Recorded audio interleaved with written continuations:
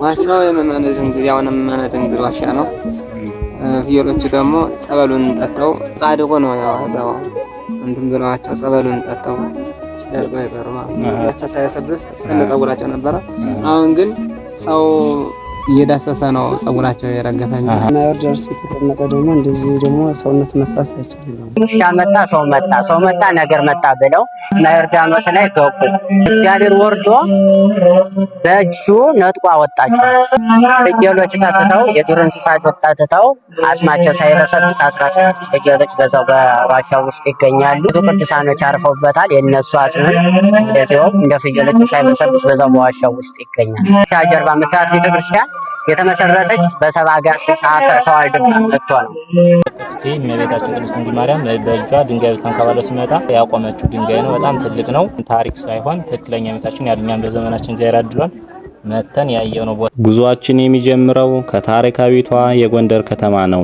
የእጨጌ ቅድስት ድንግል ማርያም አንድነት ገዳም። ይህንን ታላቅ መንፈሳዊ ምስጢርና ተአምር በአይኔ ለመመልከትና ለእናንተም ለማሳየት ጉዞዬን ወደ ገዳሙ አድርጌያለሁ። መንገዱ ረጅምና ፈታኝ ቢሆንም በውስጥ ያለው ጉጉት ግን ድካሙን ሁሉ እንድረሳው አድርጎኛል። አሁን አብረን ወደ ገዳሙ እንሄዳለን።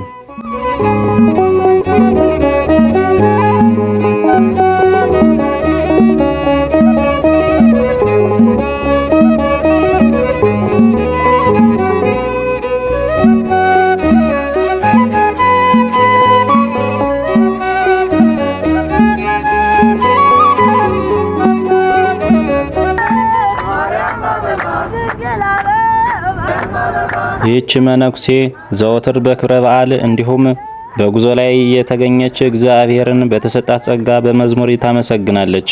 በዛሬው ጉዟችንን በመገኘት ሰው እንዳይደክም ወደ ሌላ ሐሳብ እንዳይሄድ እየዘመረች ጉዞውን እንደምታዩት አሳምሯለች።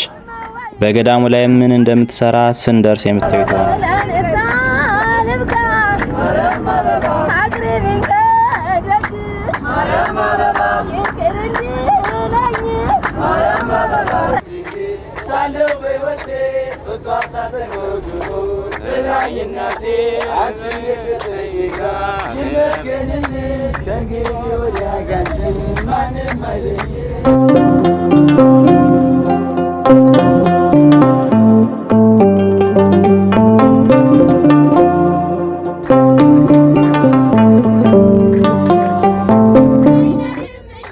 የእጨጌ ማርያም አንድነት ገዳም ረጅም ዘመናትን ያስቆጠረ ታላቅ የእምነት ስፍራ ነው።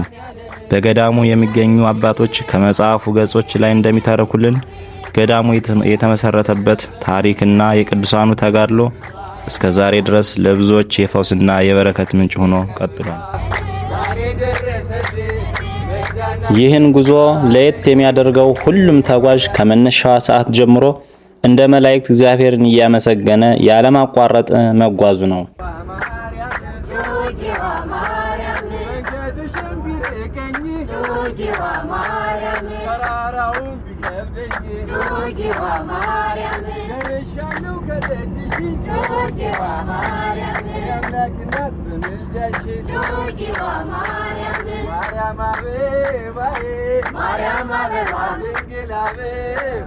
አሁን ኮሶዬ ላይ እንገኛለን። ከጎንደር ታሪካዊና መንፈሳዊ ጉዟችን ከጎንደር የ5 ኪሎ ሜትር መንገድ በመኪና ተጉዘን ኮሶዬ ደርሰናል። ኮሶዬ ከጎንደር በ5 ኪሎ ሜትር ርቀት ላይ ትገኛለች። ኮሶዬ ባታ በመባል ትታወቃለች።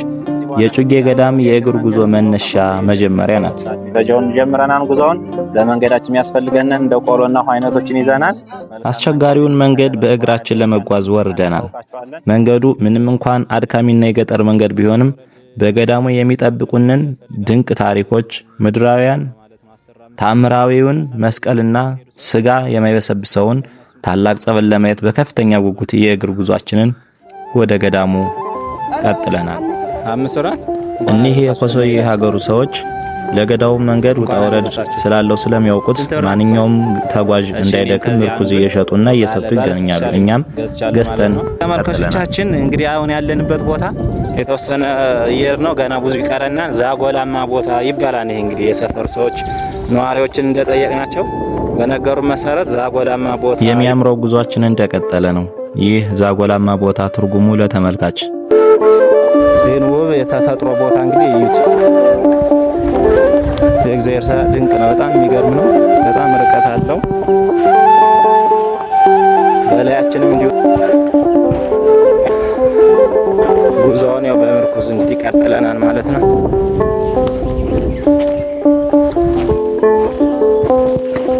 እጩጌ ቅድስት ድንግል ማርያም አንድነት ገዳም በሰሜን ጎንደር ዞን ሀገረ ስብከት በወገራ ወረዳ ከጎንደር ከተማ 25 ኪሎ ሜትር ላይ ከምትገኝ ኮሶዬ ከተማ 2 ሰዓት የእግር ጉዞ በኋላ ይገኛል። ይህ ገዳም በአቡነ ምእመነ ድንግል የሚጠራ አንድ ወጥ አለት ተራራና ጻድቁ የመሰረቷት የእመቤታችን ቤተክርስቲያን ያለበትን ቦታ የሚያጠቃልል ሲሆን የአቡነ ምእመነ ድንግል ተራራ በኮሶዬ ከተማና የጩጌ ድንግል ማርያም ቤተክርስቲያን መካከል ላይ ይገኛል። ይህ ተራራ በተፈጥሮው የቤተክርስቲያን ቅርጽ ያለው ሲሆን በውስጡ ከአንድ ወጥ አለት የተፈለፈሉና መስኮቶች ያሉት የተለያዩ ዋሻዎችን የያዘ ነው።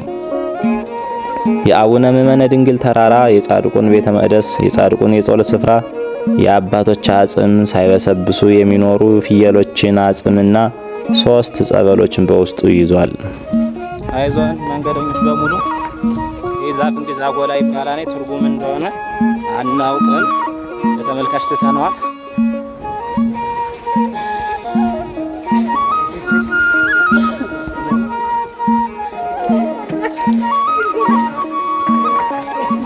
እንግዲህ በጣም የሚገርም ቦታ ነው። አሁን ያለንበት ጎድጓዳ ቦታ ነው።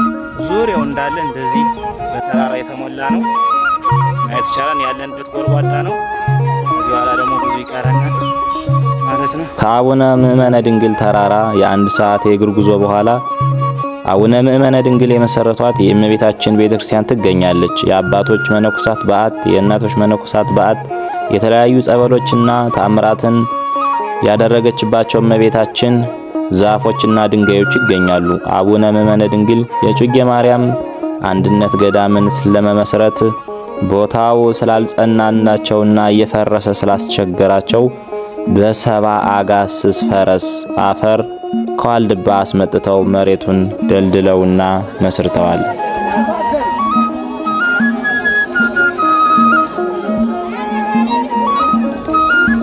ይህ ቦታ መንገዱ መንታ መንገድ ነው። በስተቀኝ በኩል አቡነ ምእመነ ድንግል የሚገኙበት ታላላቅ ዋሻና ጸበል ተአምር የተደረገበት ፍየሎች አጽሞች ሳይበሰብሱ የሚገኙበት ቦታ ማዮርዳኖስ ሲሆን በስተግራ በኩል ምእመነ ድንግል ያሰሩት የእመቤታችን የጩጌ ማርያም አንድነት ገዳም ነው። እኛም በመጀመሪያው ጉዟችን ወደ ገዳሙ ወደ እመቤታችን አደረግነ።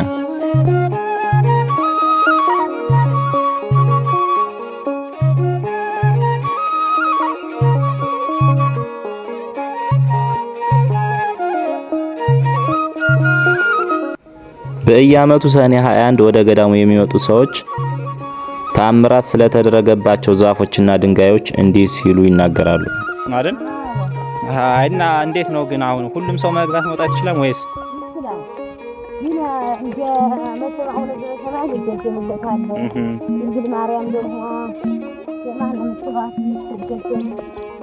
ሰላም ለኪ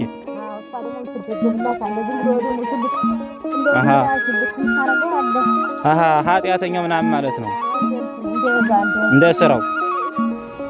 ይህች እናታችን ይህች ተአምራዊ ዛፍ በቀድሞ ዘመን ኃጢአተኞችን የማታሳልፍ ነበረች ይሉና እናታችን። ነገር ግን አሁንስ እንዴት ነው? በአሁኑ ዘመን እኛ ስንሄድ እንዴት ነው ታሳልፋለች ወይ ብለን ጠይቀናቸው ነበር። በፊት ጸሎተ ማርያም ተደግሞ ነበር ሰውም ያልፍ። ነገር ግን አሁን ማን ይቀራል? ስለዚህ እግዚአብሔር ቸርነት ሁሉንም ያሳልፋን ብለውናል። ከረጅምና አድካሚ ጉዞ በኋላ በመጨረሻም ድንቅ ታምራትን ወደ ያዘው ወደ ታሪካዊ ጩጌ ማርያም አንድነት ገዳም ደርሰናል። ገዳሙ እንደደረስን የሚሰማው ሰላም እና መንፈሳዊ ጸጥታ የጉዞውን ድካም ሁሉ ወዲያውኑ ያስረሳል። አሁን ቀጥታ ወደ ገዳሙ ታሪክና ወደ አባቶች ምስክርነት እንሄዳለን። አሁን በጩጌ ማርያም ገዳም እንገኛለን። ጩጌ ማርያም ገዳም የምትገኘው ከጎንደር 25 ኪሎ ሜትር ከኮሶዬ ደግሞ በእግር 2 ሰዓት ተኩል ያህል ተጉዘን በዚህ ገዳም እንገኛለን። ስለዚህ ገዳም ከጀርባ እንደምታዩት ያለውን ስርዓት መቼ እንደተመሰረተ ገዳም በአሁኑ ሰዓት ምን ላይ እንዳለ ያለው ሁኔታ በሙሉ በገዳሙ የሚኖሩ አባቶች ጠይቀን እነሱ ይነግሩናል ማለት ነው። ወደ መንፈስ ቅዱስ አምላክ እንኳን ሲንግል ማርያም አደረሳችሁ ወንድሞቻችን። አባታችን እንዳሉታይ እንግዲህ እሷ እኔ የምታያቸው መምህር እንግዲህ ያለው ሁኔታ ስለ ገዳሙ ሙሉውን ታሪኩን መቼ እንደተመሰረተ እንዴት እንደተመሰረተ በምን እንደተመሰረተ ይነግሩና ነይ አባታችንም ያው እንግዲህ እኔ አልናገርም ብለው ወደ እሷ አስተላልፈዋልና ያለውን ሁኔታ የገዳሙን አመሰራረት ታሪክና እቺ በእጄ ላይ ያስኳት መጽሐፍም ስለ ገዳሙ የምትናገር ባጭሩ የተዘጋጀች ናት። ስለዚህም ያለውን ሁኔታ በዛው ይነግሩናል። መቀጠል ይችላሉ። አባታችንም በጸሎት ለከፈቱልን እግዚአብሔር ያክብርልን። እንግዲህ የገዳሙ ታሪክ በዚህ ቦታ የተመሰረተ በ1616 በአጼ ፋሲል ቤተመንግስትነት ዘመን ነው የተመሰረተ። ጻድቁ መመነ ድንግል ተወልደው ያደጉት በአዳጋት ማርያም ነው።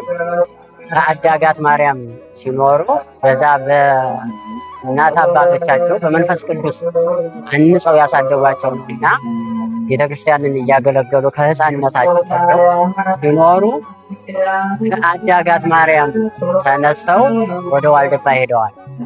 ከዋልድባ ሲኖሩም በዋልድባ ገዳም በአርዲትነት በአበምኔትነት በተለያየ ቁሳቁስ ሲያገለግሉ ኖረዋል። ግን እሳቸው እግዚአብሔር መንፈስ ቅዱስ በሁሉ ነገር ያሳያቸው ነበር።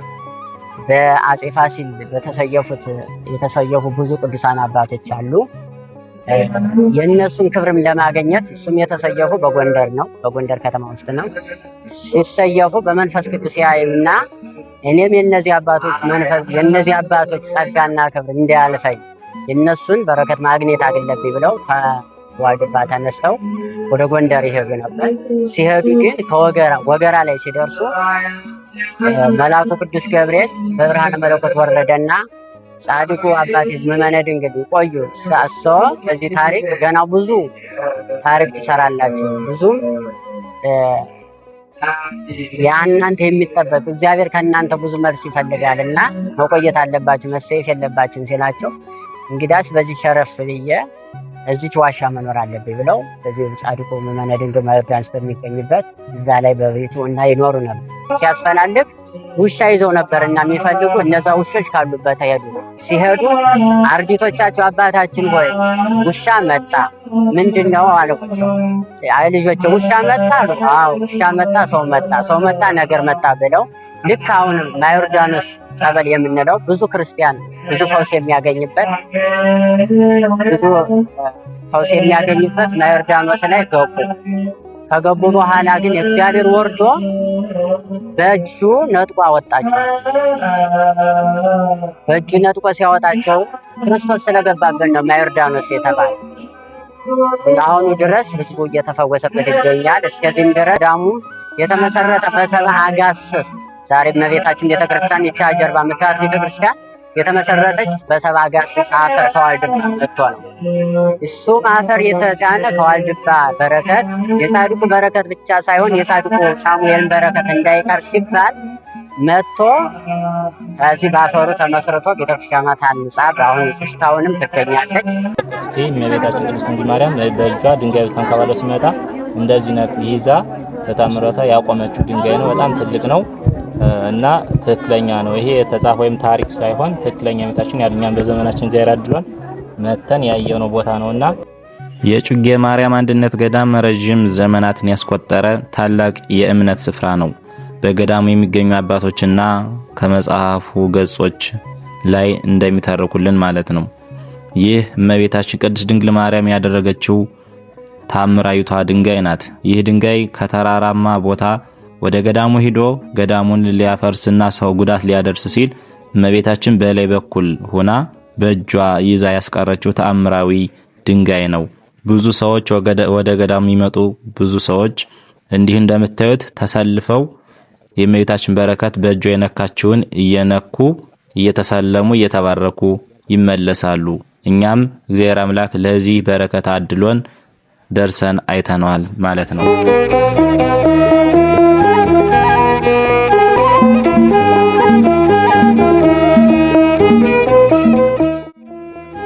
ይህ ዛፍ ሌላኛው ተአምራዊ ዛፍ ነው። ተአምር የተደረገበት የሰው ምስል ያለበት እርስ በርስ የተቃቀፉ ሰዎች የሚመስል ዛፍ ነው። ይህ ዛፍ ከተቆረጠ በኋላ ተነስቶ የለመለመው ዛፍ በመባል ይታወቃል። ማንም ሰው እየገባ በድሮ ጊዜ በውስጥ መሿለክ ያለውና ኃጢአተኛ የሆነ ሰው ዛፉ አያሾልከውም ይሉን ነበር። ነገር ግን በአሁኑ ጊዜ ኃጢአተኛ ስለሆን ሁላችንም እግዚአብሔር በቸርነቱ በረከት እንድናገኝ በማምላክ አማላጅነት ሁሉም ሰው በዚህ ዛፍ ስር ከሾለከ በኋላም እየተሳለመ መሬት እየሳመ ይነሳል ማለት ነው። በዚህ እንደምታዩት ሁሉም ሰው እየተሳለመ እየሾለከ ይሄዳል እንጂ እንደ ቀድሞ ዘመን ቢሆንማ ማን ይቆም ነበር ከፊቱ? አሁን ኃጢአታችን በስቷል። እግዚአብሔር በቸርነቱ ሁሉንም ፈቅዶልናል ወደ ንስሐ እስከምንመለስ ድረስ ማለት ነው። እኛም በበረከቱ ይድረሰን ተሳልመናል ማለት ነው።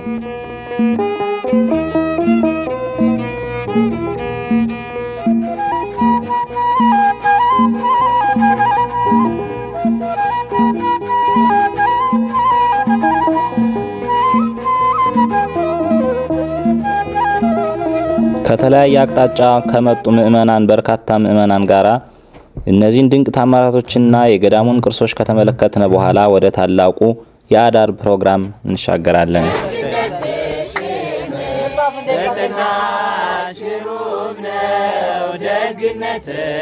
እድለኛ ሁኜ የገዳሙ ድንቅ የታሪክና የተአምራት ምስክርነቶችን በአይን ማየት ብቻ ሳይሆን የዓመታዊ ክብረ በዓሉ ድምቀት በቃላት ለመግለጽ ይከብዳል።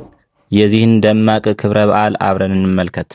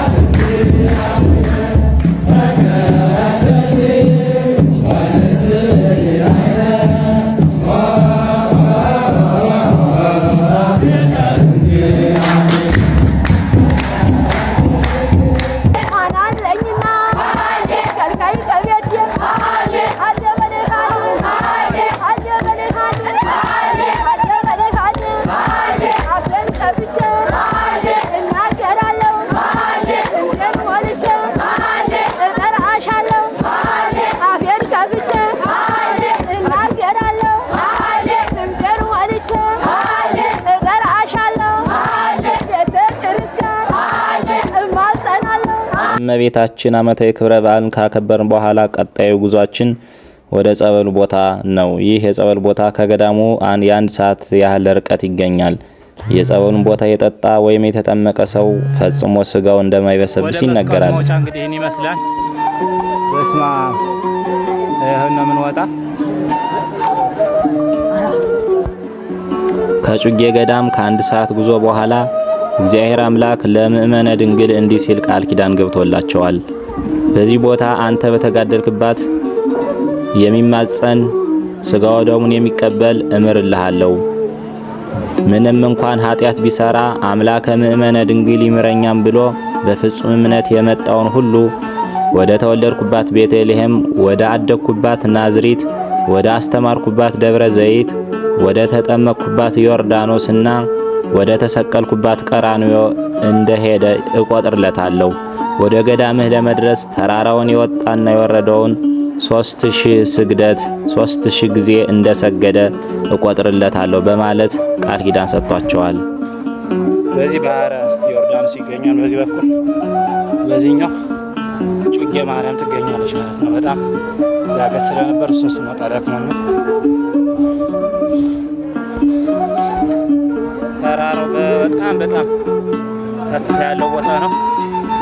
እንደዚህ ቢያዩት እኔ ጫፍ ላይ ነው ያለው ማለት ይቻላል። ውሃው መስቀሉ በጣም እግዚአብሔር ይመስገን ምንም ሳንወድቅ እዚህ ቦታ ደርሰናል። ከዚህ መስቀል ከባህረ ዮርዳኖስ አጠገብ የሚገኝ መስቀል ከዚህ መስቀል እስከ ጩጌ ማርያም ወይም ደግሞ ከጩጌ ማርያም ወደዚህ ዳገቱ ለመውጣት 1 ሰዓት ከ3 ሰዓት ይፈጅል። 1 ሰዓት ብቻ ነው የፈጀብን። ለኛ እንግዲህ ደካማ ካለ ያመመው ካለ እዛ በላይ ሊፈጅ ይችላል። መስቀሉ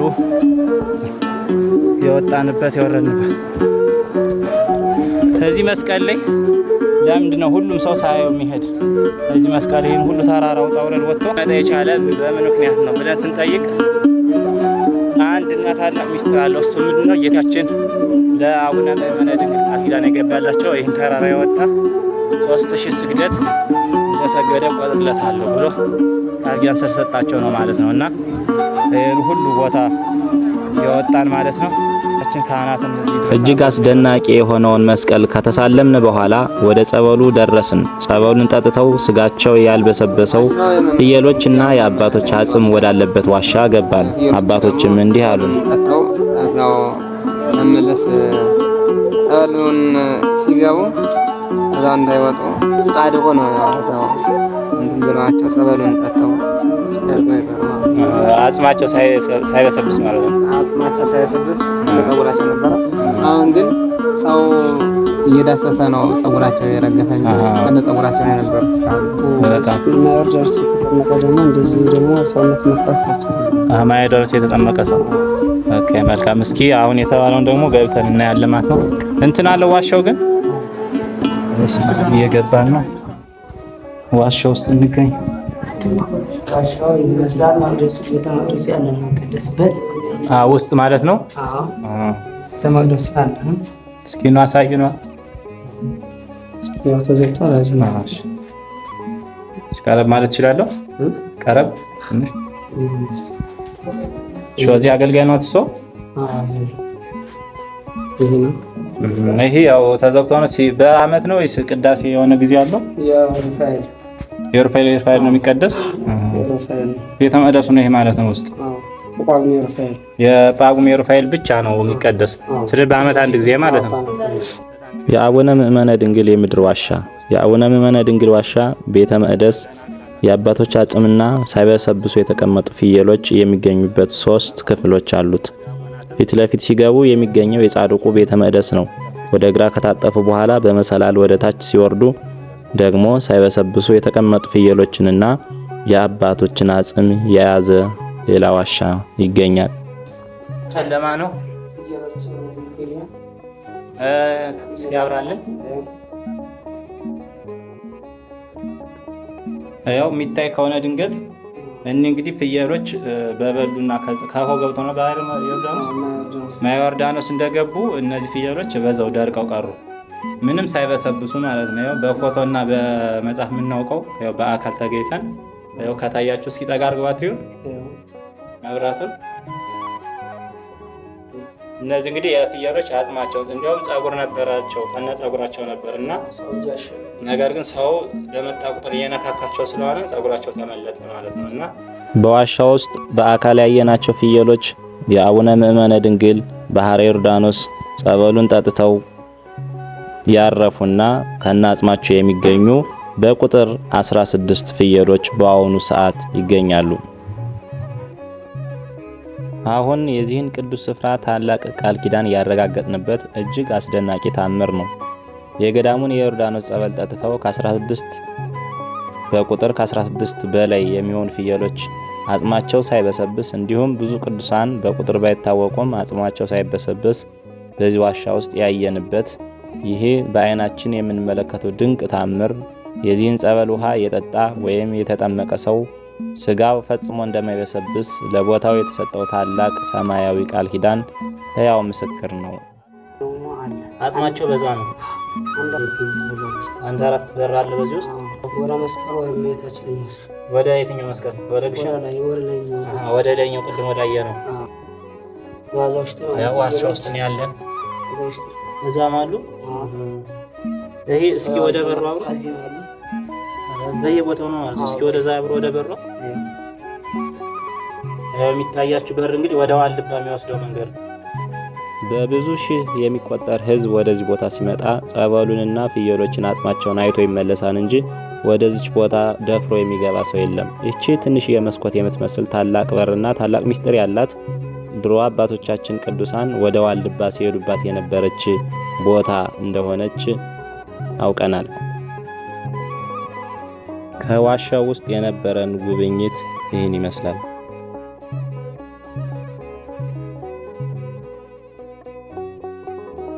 እናንተም ደግሞ ከጎንደር 25 ኪሎ ሜትር ተጉዛችሁ እስከ ኮሰየ ከኮሰየ እስከ ገዳሙ የ2 ሰዓት ተኩል እግር ተጉዛችሁ ይህን በረከትና የተቀደሰ ቦታ ለመርገጥ መጣችኋልና እናንተም እግዚአብሔር አምላክ ወደ ቦታ እንዲመልሳችሁ በክብር እኔም አመሰግናለሁ። እግዚአብሔር ይመልሳችሁ እላለሁ። ቤተሰቦቻችሁን ደግሞ በሰላም ለጤና ያደርሳችሁ ያቆያችሁ እላለሁ። ሁሉንም መንፈሳዊ ስፍራዎች ተዘዋውረን ከጎበኘን በኋላ ከገዳሙ ከመውጣታችን በፊት በአባቶች የተዘጋጀውን የመጨረሻውን የበረከት ምግብ ተጋብዘናል። የበረሃ ዳቦ ነው ማለት የገዳም ዳቦ ነው። ገር ዳቦ ነው። እየመጣችሁ ይሄ እንዳታርፉት። ይሄው ልጁ አይደል ሌላ ቦታ እንዳትገዙ ነው። ምስክሮች ድንቅ ናቸው። ስለዚህ ነፍሴ ፈለገቻቸው። መዝሙረ ዳዊት መዝሙር 118 ቁጥር 129 የጩጌ ቅድስት ድንግል ማርያም አንድነት ገዳም ከ400 ዓመት በላይ ያስቆጠረውን ገዳም ተዘዋውረን ሁሉንም መንፈሳዊ ስፍራዎች ከጎበኘን በኋላ ይህ ጉዞ እጅግ መንፈሳዊ እርካታን እየሰጠኝ ልዩ ቆይታዬ ነበር። ጉዞውን ከእኔ ጋር አብራችሁ ስለተከታተላችሁ ከልብ አመሰግናለሁ። ቪዲዮው ከተመቻችሁ ላይክ፣ ሼር ማድረጋችሁን አትርሱ። ሰብስክራይብ በማድረግም የቤተሰባችን አባል ሁኑ። ሰላም ቆዩልኝ።